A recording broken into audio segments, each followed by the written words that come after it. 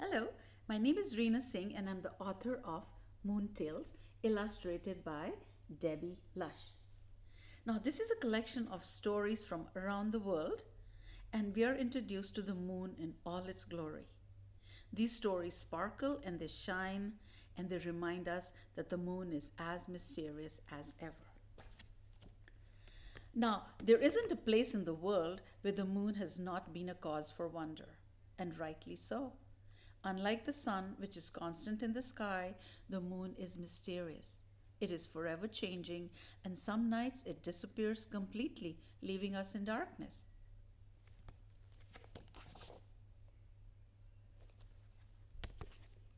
In these stories, Moon is a man, a woman, a princess, a sister to the sun, and even a mischief maker. No matter which character the moon plays, it has a central role in these tales, where there is no barrier between the possible and the impossible. So today I am going to share a story, The Greedy Man, and it comes from China. In long ago China, in a small village by a river, lived two neighbors. One of them was a kind and generous man. He was a farmer who tilled a rice field.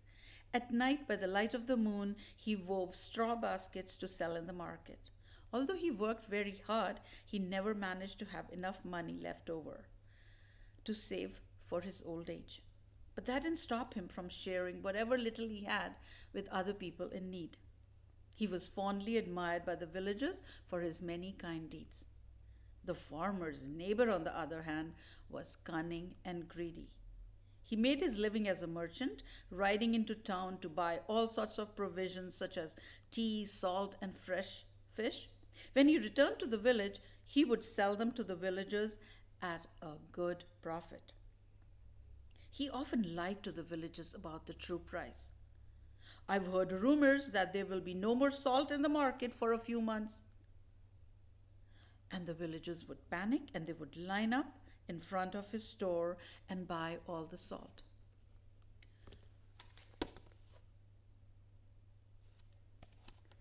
So, although the people didn't care for the merchant, the farmer tried to be very friendly with his neighbor, and they often did neighborly things together, like go on a walk. So, one evening, as they were walking along a river bank, they saw a wounded bird. The kind man stopped to pick it up and stroked its disheveled feathers. Why do you bother with a creature like that is half dead? It will be nothing but a nuisance to you. You go on ahead, said the kind man.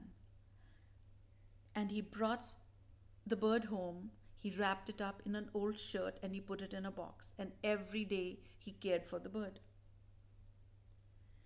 So when the bird was well and the wing had healed, he knew he must let it go. So one morning he came out of the house with the bird perched on his hand. Go, little one, fly home, he said ever so tenderly. And then a very odd thing happened. The bird spoke. The kind man was startled to hear the bird say, You were so kind to me, and you expected nothing in return. I shall come back with a reward for you. Saying this, the bird flew away. Later that day, the little bird returned with a large pumpkin seed and asked the kind man to plant it. Being simple and trusting, the farmer did as the bird told him. He found a spot in his garden and he planted the seed. In a few days, the seed grew into a long vine with many little pumpkins on it. With great delight, he watched the pumpkins ripen. When they were ripe, he split open one to eat. It burst, not with pumpkin flesh, but gold. All the pumpkins he cut were filled with riches. The kind man was so thrilled with his good fortune that he rushed to tell his neighbor about it. Is that so? Said the greedy fellow to himself. And to make sure the neighbor was not spinning a tall tale, he demanded to see the pumpkins. There he is, inspecting the pumpkins. He felt ill with jealousy and was determined to get rich in the same manner. The very next morning, the merchant went for a walk, looking for a wounded bird. He looked and he looked, but he came home empty handed. The next day the merchant even climbed trees, and he shook the branches in the hope of finding one helpless bird. On the third day the merchant came armed with a slingshot. Do you see that? He took aim at a bird and he shot.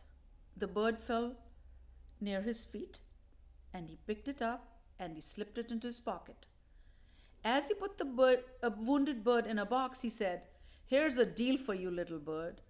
I will take care of your wounds every day if you will get me a pumpkin seed bigger than my neighbor's."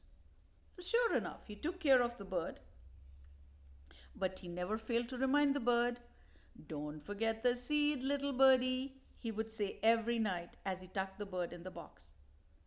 When the bird's wing had healed, the merchant decided it was time to let it go. He took the bird into the garden and he held it up to the sky. And he was so relieved when the bird spoke. The bird promised the merchant that it would come back and he too would get his just reward. True to its word, the bird came back and gave him a pumpkin seed which he planted in a sunny corner of his garden.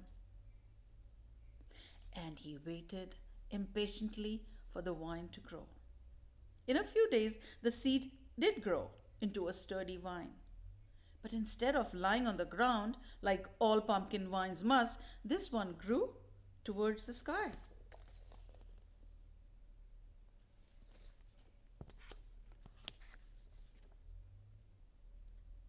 Every day it grew higher and higher, and it seemed to the greedy man that it was reaching out to the moon itself. Do you see that?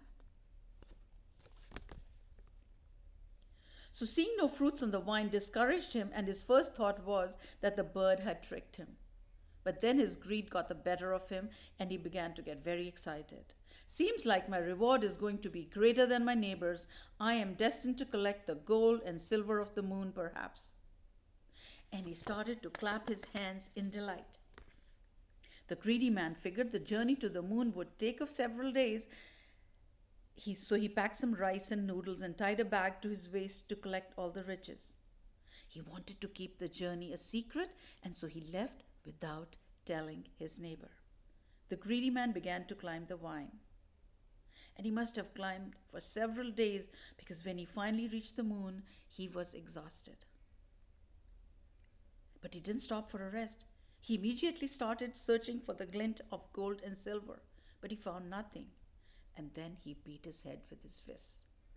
He was convinced that the wretched bird had cheated him. "Wait till I get my hands on that bird," he shouted.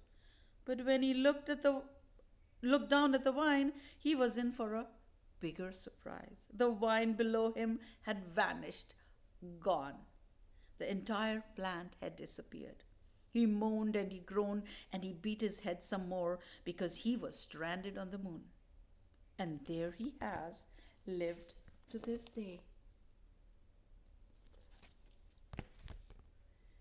The farmer on earth missed his neighbor. He wondered what possibly have happened to him. Sometimes while weaving baskets at night, he would look up at the moon and wonder why there was a man there. And on some nights, when you look up, you too will see a man on the moon. People in China call him the greedy man on the moon. And there he is to this day. And this was the story, The Greedy Man, from my book, The Moon Tales. Thank you for joining me.